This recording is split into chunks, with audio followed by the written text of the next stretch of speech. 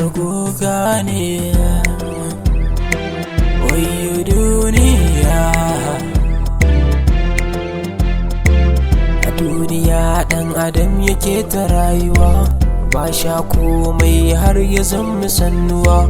Amma kan duniya ki samu mantuwa, mu manta sufa, mu manta mutuwa, ga lahira hisabi gare mu na zuwa.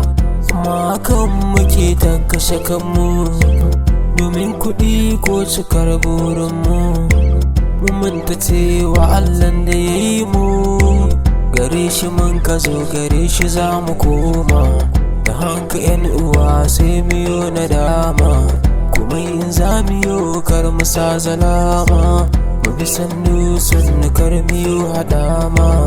Duniya, wayyo duniya, wai duniya ina da zaki kai mu ne? Muna cikin ki dole za mu bar ki ne.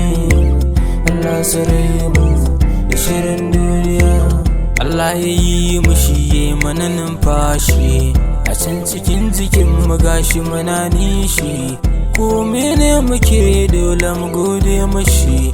Ya Allah, gare ka muke godiya, komai zami da kai ne muke fariya.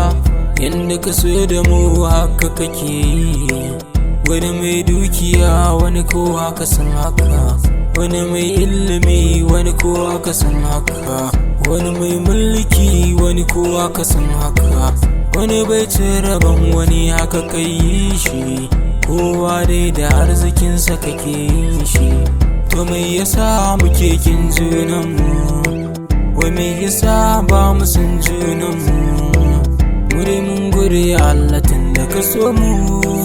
Rabu kare mu shirin wani mai shiri, rabu kare mu shirin duk makiyanmu.